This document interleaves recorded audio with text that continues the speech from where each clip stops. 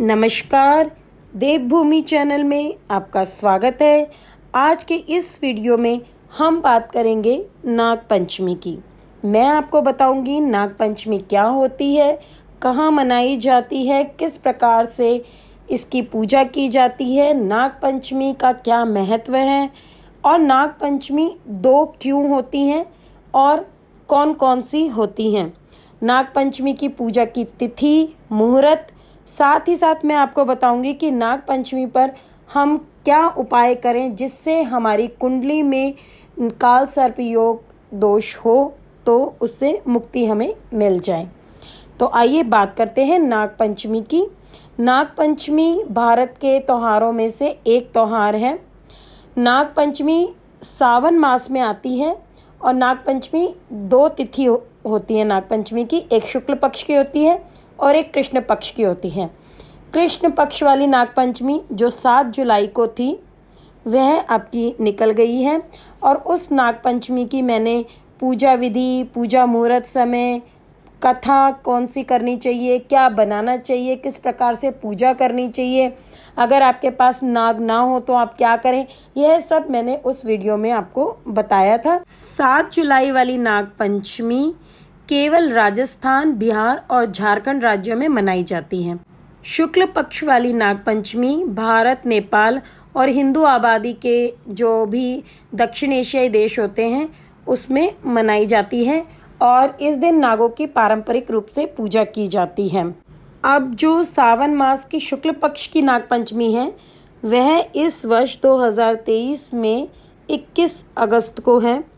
21 अगस्त को जो मनाई जाएगी उसकी पंचमी तिथि 20 अगस्त को रात 12:23 पर पंचमी तिथि लग जाएगी और 21 तारीख को रात में 2:01 पर यह तिथि समाप्त हो जाएगी। इस प्रकार से उदय तिथि के अनुसार यह नाग पंचमी 21 अगस्त को मनाई जाएगी।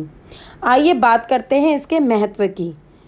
महाभारत में राजा जन्मेजय नागों की पूरी जाति को नष्ट करने के लिए यज्ञ करते हैं और यह यज्ञ वे अपने पिता राजा परीक्षित की मृत्यु का बदला लेने के लिए करते हैं, जो तक्षक सांप के घातक काटने के शिकार हो गए थे। हालांकि प्रसिद्ध ऋषि आस्तिक जन्मेजय को यज्ञ करने से रोकने और नागों के बलिदान को बचाने की खोज में निकल जाते हैं। जिस दिन यह बलि रोकी जाती है उस दिन शुक्ल पक्ष की पंचमी तिथि होती है, इसलिए तब से यह पूरे भारत में नाग पंचमी के रूप में शुक्ल पक्ष की पंचमी तिथि को मनाया जाता है। कई हिंदू धर्म ग्रंथों और महाकाव्यों में सांप या नाग की कई कहानियाँ होती हैं।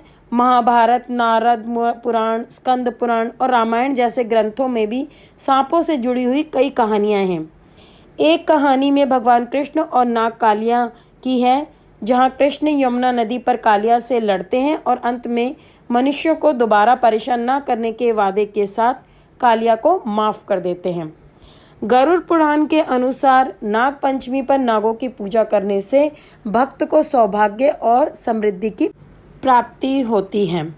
अगर किसी की कुंडली में राहु और केतु की दशा चल रही हो तो उन्हें नाग देवता की पूजा अवश्य करनी चाहिए।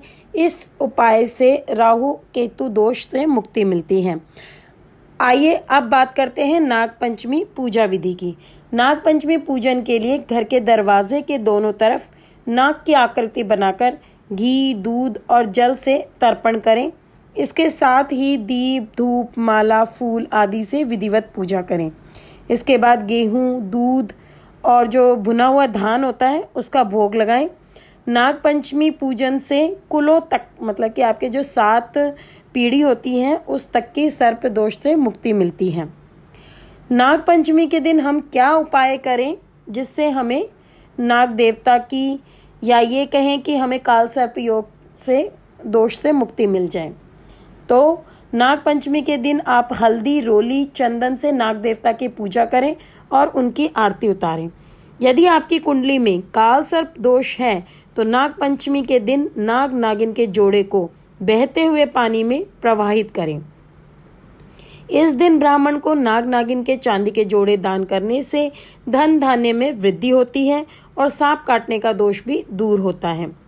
नाग पंचमी के दिन व्यक्ति को उपवास रखना चाहिए और नाग देवता पूजन करते हुए नाग पंचमी के मंत्रों का जाप करना चाहिए। इस दिन अगर आप रुद्र अभिषेक कराते हैं और वह भी 4 पहर का कराते हैं तो आपको किसी भी प्रकार का काल सर्प दोष हो उससे मुक्ति मिल जाती है। अगर किसी की कुंडली में काल सर्प योग दोष नहीं है या उसके पास ज़्यादा पाठ पूजा का समय नहीं है तो भी वह भगवान शिव को एक साधारण सी पूजा करके इस दिन उनकी असीम कृपा प्राप्त कर सकता है। उसके लिए आपको क्या करना है, नाग पंचमी के दिन आप सुबह में नहा धोकर स्वच्छ वस्त्र पहनकर किसी भी शिव मंदिर में जाएं और वहां जाकर शिवलिंग पर जल, दूध, दही, शहद, चीनी का मिश्रित पंचामृत साथ लेकर जाएं।